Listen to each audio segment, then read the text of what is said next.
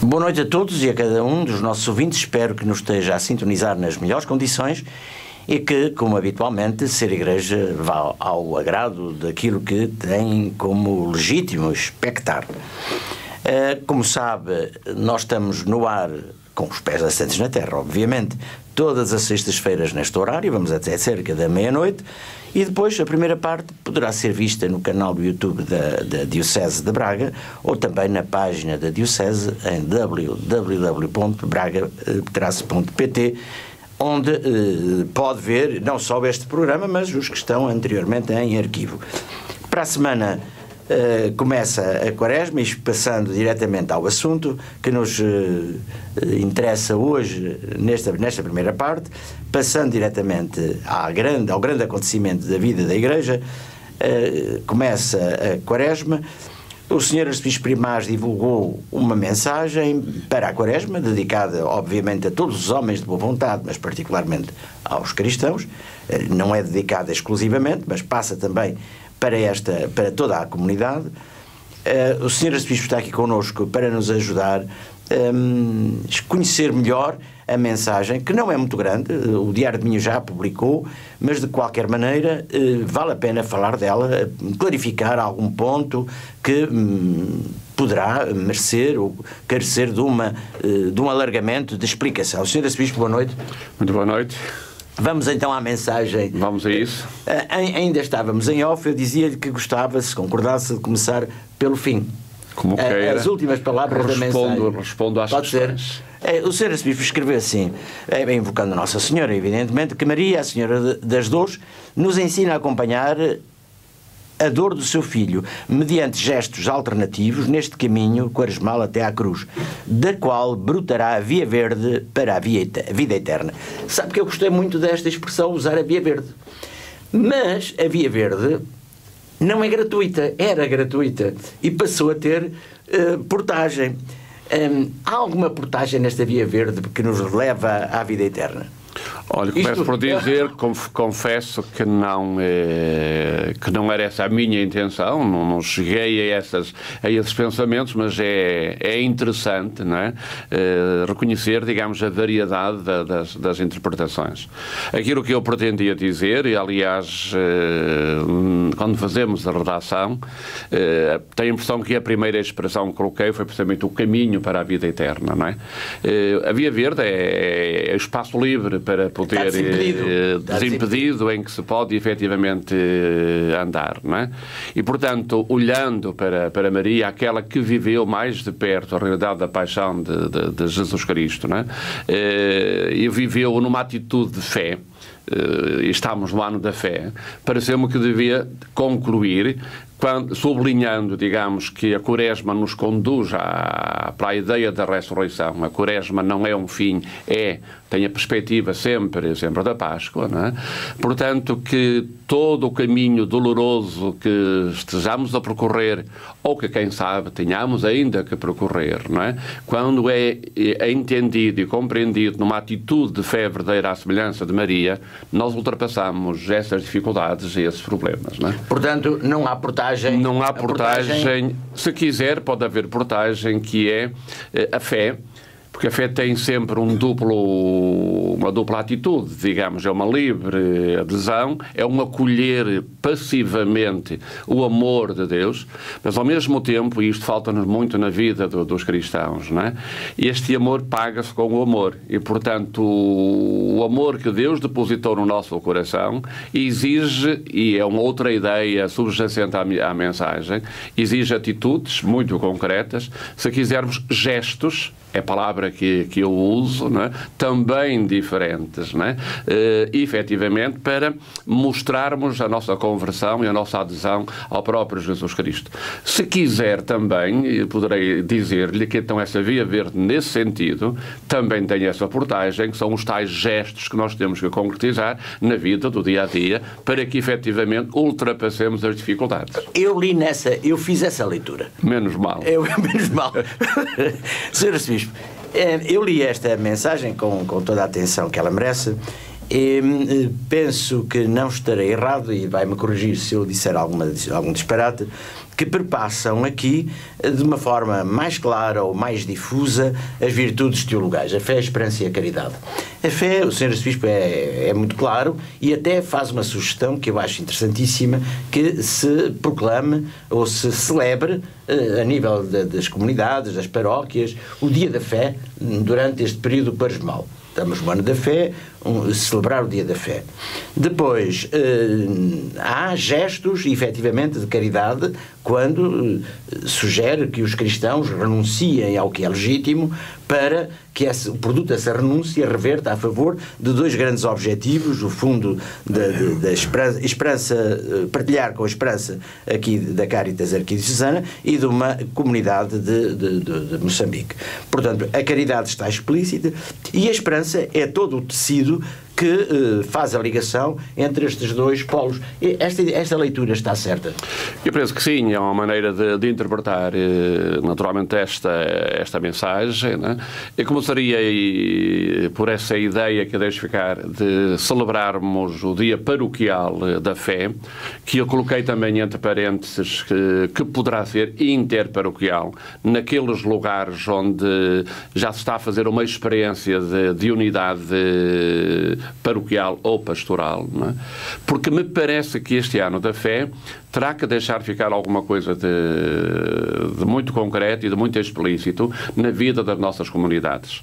Corremos o risco, como em tantas outras ocasiões, não é, de dedicar um ano, ou, no caso concreto, em Braga, 5 anos, a uma determinada realidade, no caso concreto, a fé, e não deixarmos algo de concreto, de diferente, de uma mais-valia, mais um passo em frente na vida concreta das nossas comunidades.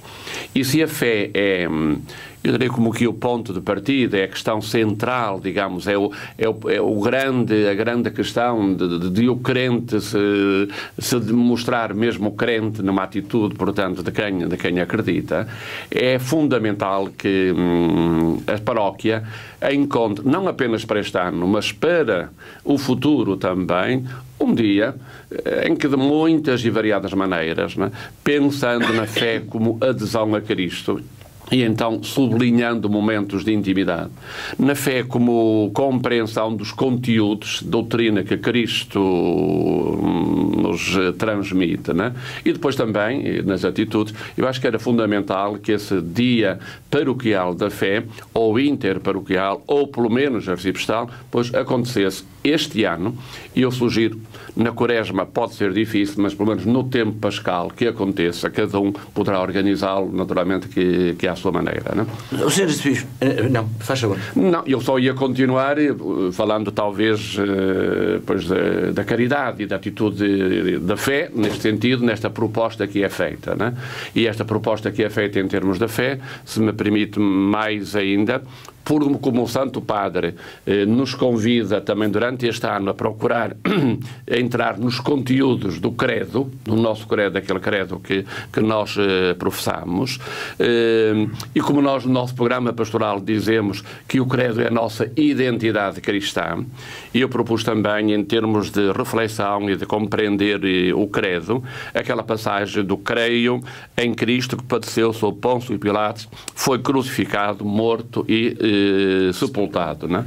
Ora, é bom, digamos assim, que tenhamos diante de nós, pronto, durante a Quaresma, este Cristo que morre, que é crucificado, que morre, que é sepultado. Esta realidade também tê-la presente para nos acompanhar, para compreendermos o que é que isto significa em si. Não será muito difícil, não é? Mas o que é que isto nos poderá, porventura, dizer, não é? Sr. Arcebispo, deu algumas orientações, sugestões relativamente à caridade, a renúncia a um espetáculo, a um bem, etc. Dá uma série de pistas. E regressando ao Dia da Fé, o Sr. Arcebispo, ao sugerir esta celebração, enfim, conforme as pessoas entenderem, na paróquia ou interparoquial, como acabou de referir, o Sr. Arcebispo estava a pensar, com certeza, ou em algum modelo, em alguma além do credo que acabou de referir, e sobretudo essa passagem que é muito quaresmal, não é? Que acabou de referir, estava a pensar que poderia obedecer a algum modelo, a algum esquema geral que depois cada paróquia pudesse adaptar, ou deixa isso ao critério das diferentes comunidades? Deixa ao critério das diferentes comunidades, mas uma vez que fiz uma referência a esses exemplos que dei para compreender, ajudar a compreender a renúncia quaresmal, o nosso contributo quaresmal, foram alguns exemplos, poderia multiplicá-los por muitos outros, não é? É no sentido de olharmos também para a mensagem que o Santo Padre elaborou para esta quaresma, que tem precisamente por título Crer na caridade suscita a caridade. Como que a dizer-nos que o tempo da quaresma, no meio de tantas outras iniciativas, deve efetivamente ser um tempo, neste ano da fé, lá está, para crer. Mas crer em quê? É curioso que o Papa diz crer na caridade, isto é, acreditar que a caridade encerra em si uma força, não é? Encerra em si uma grande força, portanto nós precisamos de acreditar, reconhecer que a caridade tem valor, tem importância nos tempos que correm, até porque sabe muitíssimo bem, hoje há muita gente que não quer que se fale da caridade. Absolutamente. Isto dava-nos um outro discurso, mas acreditar que nós, os católicos, nos distinguimos pura e simplesmente pela caridade, não é? E depois, ao acreditar na força transformadora da sociedade, que a caridade é capaz de efetuar, não é? Ao fazer esta mesma experiência, o Papa diz que isto suscita a caridade, tem que provocar caridade, tem que ser gestos concretos, não é? Se olhar para a mensagem que eu elaborei, não é? Ao falar dos gestos alternativos, começa precisamente por uma cena de um filme que está agora na voga, ainda não tive tempo de ir ver só alguns comentários, e é interessante. Era bom, porque não? Lá está uma maneira interessante na quaresma de ver esse filme, Os Miseráveis, de Victor Hugo, onde começa um sacerdote, não é? Que tenha um gesto, uma atitude para com um miserável. Eu coloquei entre aspas, não é? Porque a palavra pode chocar um pouco, mas é o tipo do romance, não é? E abrange, fica muito abrangente, há muita miséria, portanto, neste mesmo sentido, não é? E depois, como este homem, tocado pela caridade, deixe-me dizer assim, do sacerdote, depois ele mesmo se começou também a interpretar, não é? Há outras ações muito concretas de caridade. A caridade é como que uma bola de neve, e aquilo que falta hoje são estes testemunhos muito concretos, não é? Que possamos dar num mundo que é marcadamente egoísta, e é por isso que chamem gestos alternativos. Se nós os católicos somos capazes de apresentar atitudes diferentes, com certeza que nós chegaremos e modificaremos este mesmo mundo através das atitudes. Eu estava com atenção ao que o Sérgio está a dizer. De facto, a palavra caridade está demasiado poluída e desvalorizada, e é olhada de través por muitos dos nossos concidadãos e até muitos cristãos. Ela é logo tida como uma caridadezinha, o que não é caridade. Porque a caridade mas era importante, é eu acho que era importante. Nós, os católicos, infelizmente, já temos abordado este assunto, nem sempre pegamos nos documentos do Papa, não é? E esta última carta encíclica do Papa, Caritas in Veritate, a caridade na verdade, fala precisamente daquilo que é caridade, não é? E o Papa vai, de uma maneira muito simples, não é? Vai à origem etimológica da palavra caridade, caris, não é? Que, se não a palavra grega, traduzida, o que ela significa é graça, não é? Como que ia dizer, falar da caridade é falar da gratuidade, não é? Da gratuidade, não é? E é por isso que o Papa recorda a doutrina tradicional da Igreja, não é? Dizendo que a caridade exige e supõe a justiça, não é? Mas ultrapassa a justiça, não é? Portanto, e depois usa uma expressão até muito interessante, porque a justiça significa um promover e um respeitar os direitos de todos, promover e respeitar, não é? Mas reconhecer que alguém tem direito a, não é verdade, dar ao outro aquilo que é seu. E o Papa depois acrescenta, mas a caridade é dar ao outro algo que é meu. São palavras mais ou menos textuais do Papa. A justiça é dar a cada um o que é seu, o que lhe toca nos seus direitos. A caridade é dar do que é meu, não é? E fazer isto, caris, gratuito, o dom, a lógica do dom, não é? Partilhar, mas em termos de gratuidade. Hoje quando se dá alguma coisa, está sempre na expectativa de mais tarde ou mais cedo poder receber. E esta noção da caridade, a caridade vivida desta maneira, e se quisermos também vivida a caridade como uma presença do amor de Deus em nós, que nós agora concretizamos e levamos ao mundo, né? Nesta capacidade de dar a vida pelos outros, isto é um caminho maravilhoso, penso. Aliás, quer dizer, a palavra caritas, eu não sei, não sou... Não, mas isto foi apenas um resumo. Não, mas é importante... É caris, que é graça. Caris, graça. É preciso compreender a origem das palavras, o sentido primeiro, para depois percebermos de que é que estamos a falar. Não é? Mas Deus, São João define Deus como amor, não é? E a palavra é outra perspectiva, mas olhando para a simples palavra, eu dizia de não termos medo de usar a palavra, caridade, não é? Portanto, o Papa, quando diz acreditar na caridade, é mostrar a importância que a caridade tem hoje, não é? Na solução dos problemas odiernos da sociedade, não é? Isto provavelmente que esta sugestão do Sr. Arcebispo de celebrar um dia da fé poderia, por exemplo, entre outras ideias, estou a pensar alto, pegar na diferença entre solidariedade e caridade. O cristão é o homem, ou deve ser o homem, da caridade. E porque é da caridade, ele é solidário. Mas a solidariedade ultrapassa de longe, e a caridade ultrapassa de longe a solidariedade, não é? Sem dúvida, direi também, lá está, voltando sempre à doutrina do Papa Bento XVI, que fala também muito concretamente da solidariedade, não é? E define também, eu gosto deste Papa, nos seus escritos, por vezes parece um pouco mais difícil de entender, mas em certas ocasiões usa palavras que são muito interessantes. Ao menos quando lhe disse a justiça é dar a cada um aquilo que é seu, aquilo que é dele, a caridade é dar daquilo que é meu, e quando ele fala da solidariedade, como é que ele define a solidariedade? E está entre aspas, portanto, é um nós todos, não é?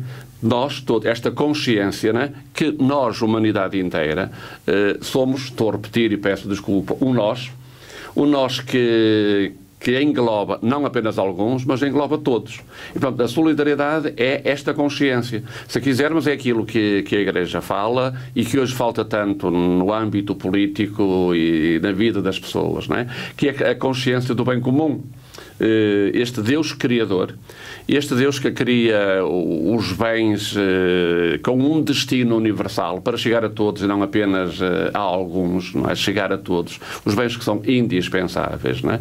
E este reconhecer depois que a humanidade se foi estruturando e organizando, não é?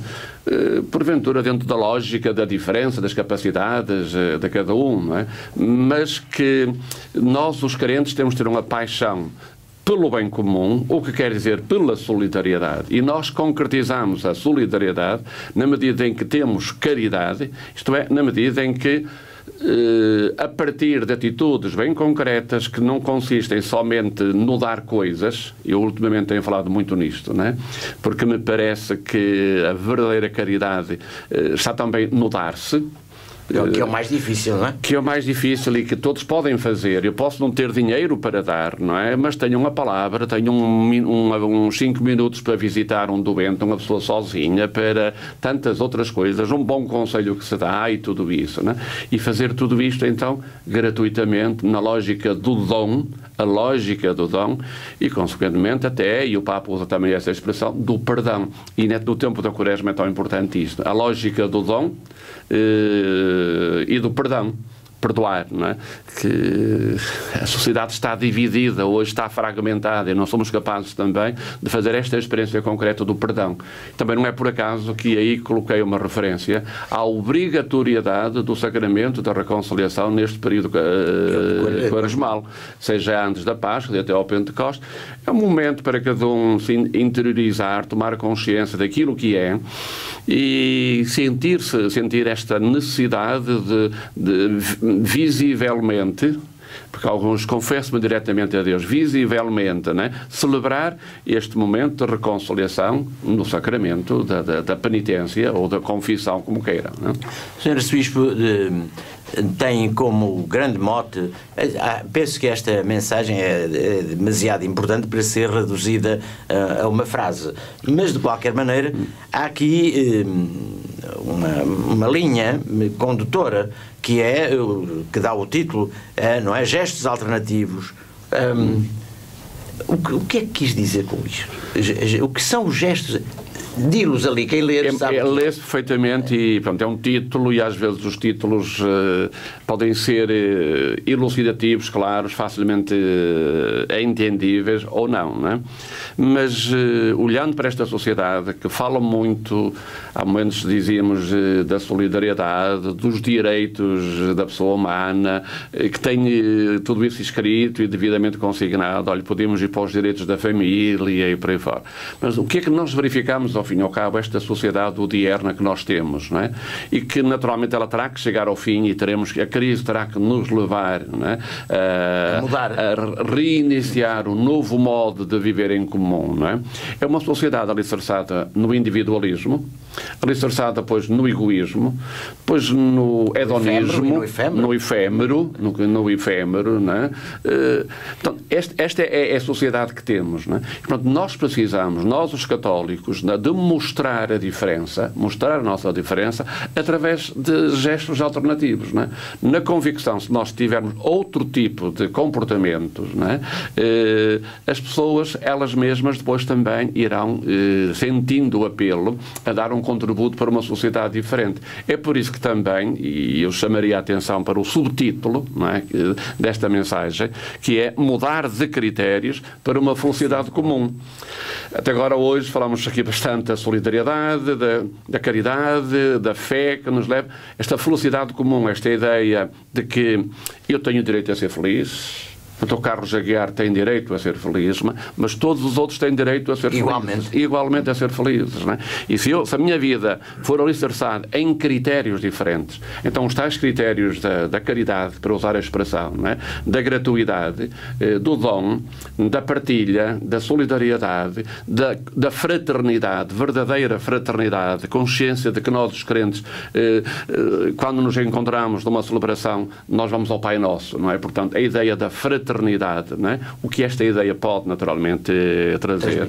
E estes é que são os critérios que devem pautar a nossa vida, que são diferentes de todos os outros. E, portanto, nós não podemos, para ser moderno, como às vezes se diz, para estar na moda, né? Para ser como todos os outros, também com muita facilidade, enveredamos nos mesmos critérios. Né?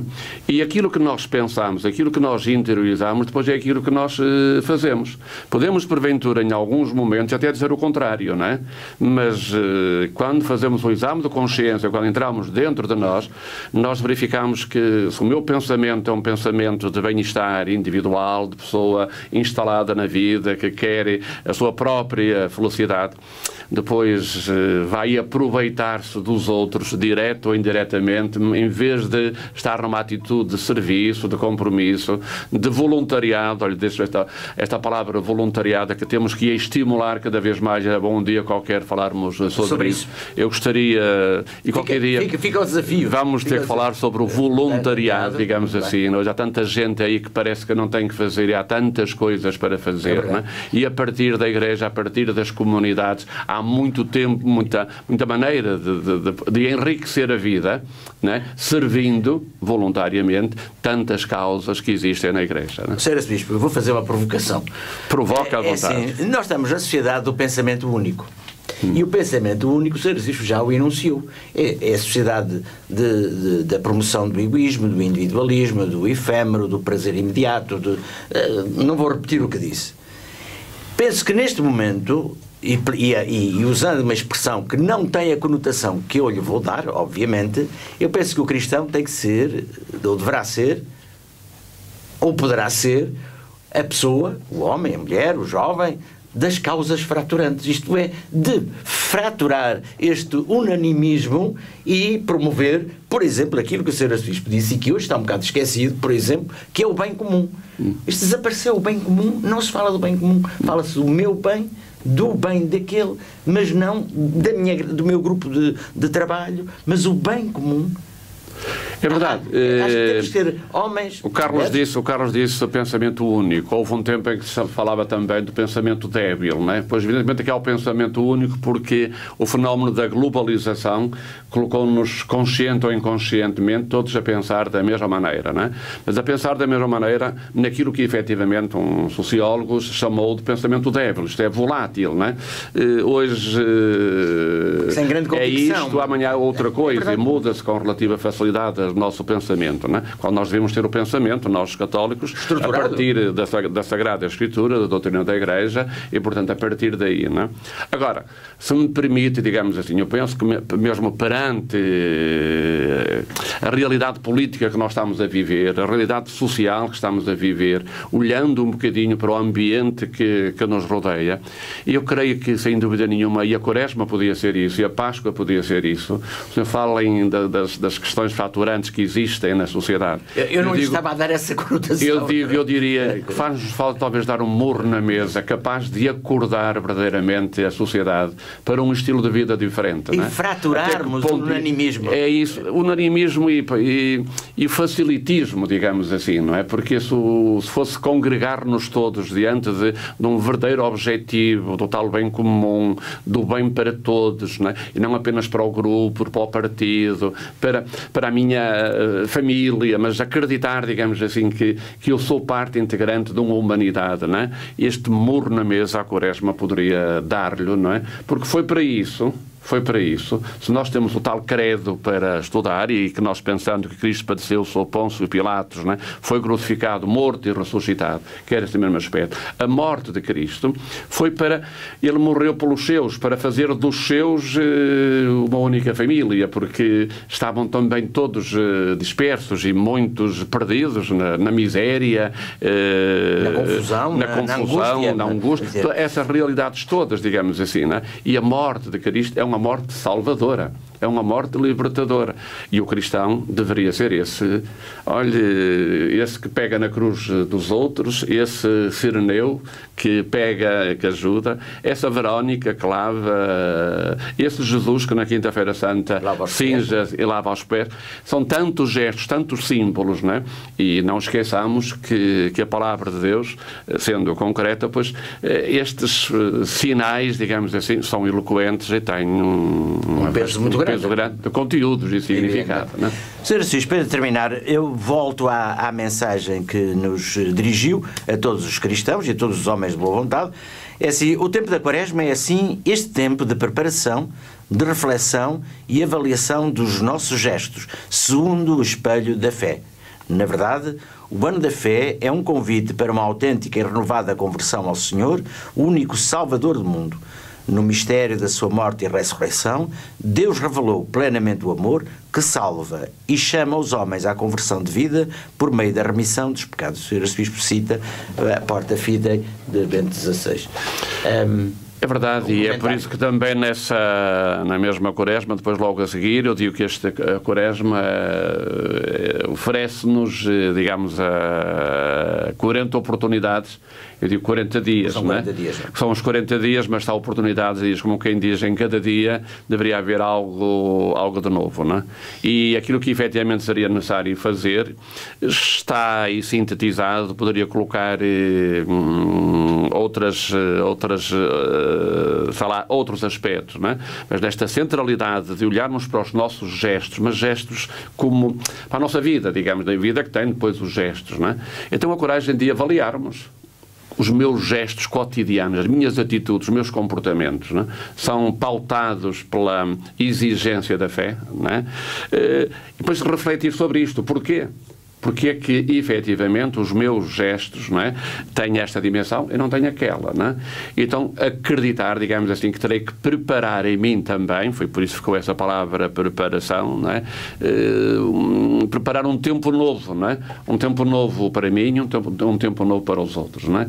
Mas direi que talvez até o fundamental dessas expressões, destes 40 oportunidades que Deus nos dá, 40 dias que o Senhor nos propõe, para fazer uma reflexão séria sobre a nossa vida, sobre os meus gestos, as minhas atitudes, os meus comportamentos, não é? Avaliar, Portanto, não ficar pura e simplesmente convencido que está tudo bem, para que depois, com certeza, como digo, mudar de critério, apresentando gestos que sejam verdadeiramente alternativos, né? Consciente de que assim estou a trabalhar pela felicidade de todos. E quando a felicidade é de todos, também é minha, não é? Né? Se nós elevamos o mundo, é Santa Teresa que dizia, quando um eleva... É o mundo todo que se eleva. Eleva todos, o mundo, digamos assim. E esta força que eu tenho na minha vida, né? E que eu não posso delegar em mais ninguém, não é? E este trabalho pessoal que eu terei que fazer, e este reconhecer que a minha comunidade paroquial, na sua qualidade de fé, depende muito de mim. A igreja que eu quero depende daquilo que eu sou. E depois da sociedade também depende, efetivamente, daquilo que eu sou capaz de mostrar. Sr. Arcebispo, havia ainda um tema que eu gostava de abordar com o Sr. Arcebispo. Vamos esquecer salvo seja... Não, vamos assumir o compromisso agora de ler a mensagem aqueles que nos ouvem, ler com calma, porque já vimos aqui, digamos assim, que o Carlos Aguiar até descobriu a história da Via Verde, digamos assim, das portagens, que eu não tinha pensado, mas que também dá para... E tantas outras coisas que pode estar, não é? Cada um pode interpretar e entender. Há uma série de desafios. Aliás, qualquer texto não tem uma leitura... Claro, evidentemente. E graças a Deus que assim é. Eu gostei desta ideia da Via Verde, achei mas foi logo para a portagem, foi logo para a luta das portagens. Não, mas a Via Verde, que é a cruz, também tem estas portagens. Com certeza, é verdade, é isso tudo. E as portagens são os gestos pouco coerentes que nós temos, claro, e que temos que pagar pelos maus gestos. Enfim. Mas agora, se fechássemos este capítulo e abríssemos muito rapidamente, porque o tempo está a escoar-se, que é esta ideia das conferências quaresmais um pouco itinerantes. O Sr. Arcebispo e os Srs. Bispos Auxiliares vão entrar em itinerância durante a Quaresma.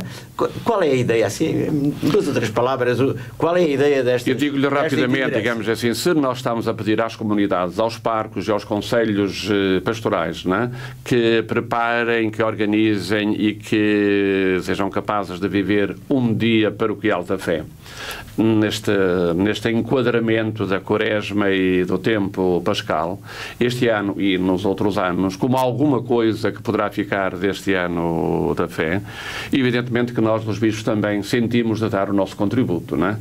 E foi então por isso, como temos a vida devidamente organizada, pensámos dar continuidade às conferências na cidade de Braga.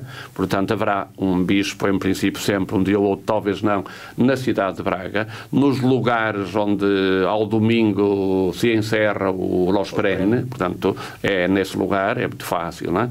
E depois nós vamos percorrer, digamos, os diversos arciprestados, não é? Da minha parte, sei lá, há 2 procissões em Barcelos e em Guimarães, não é? Que em vez de ser um outro padre pregador, serei eu a falar, não é? Não porque falo melhor ou porque seja capaz de trazer ideias novas, não é? Mas mais neste sentido de procurarmos colocar toda a Diocese a partir da importância do Arciprestado, não é? Porque não esqueçamos que, para mim, desde o princípio, o Arciprestado é ou deve ser uma unidade pastoral. Se queremos que a unidade aconteça na Diocese, nas 551 paróquias, tem que partir, digamos assim, dos Arciprestados, não é? E então, para que a nossa passagem, sem outras pretensões, muito menos sem a promessa de que sejam conferências, coisas mais feitas com, sei lá, com muita qualidade e sobretudo melhor do que outras pessoas, muitos outros poderiam fazer melhor do que nós, mas que seja um sinal para que os nossos cristãos, e por que não dizer mesmo os nossos sacerdotes, não é, acreditem que a fé é para ser refletida. Não é uma conferência de um discurso, não é? Mas era essencialmente este dever e esta obrigação, assim me parece, não é? De refletirmos sobre a realidade da nossa fé, para que ela seja, eu digo muitas vezes, consciente e consistente. Consciente em termos pessoais e consistente em termos de confronto com as realidades que nos rodeiam e que não seja uma pequena contrariedade, alguém que não faça a vontade e, portanto, deixe de abandono a igreja, que seja consistente. Portanto, é um sinal, pura e simplesmente, de que queremos testemunhar neste ano da fé, para que todos se sintam interpelados, não é? Agora, este ano e sempre, não é? A encontrar um pouco de tempo para dedicar à leitura da Palavra de Deus, que é sempre a fonte, né, dedicar, não apenas agora, mas criar este hábito da leitura, termos pessoais, familiares, os grupos, os movimentos da palavra, né? Mas para além disso haver sempre um tema que nos nossos encontros, né, dos movimentos, de outras realidades, às vezes que parecem não ter nada a ver com isso, esteja alguma coisa também de formação, né, e de formação cristã. Penso, por exemplo, nos nossos centros sociais paroquiais. Né? A tentação é o que é que vamos fazer? O que é que temos que fazer? Porque é que não começamos antes por refletir um bocadinho, por nos colocarmos em sintonia, pegar num tema e depois vamos, né?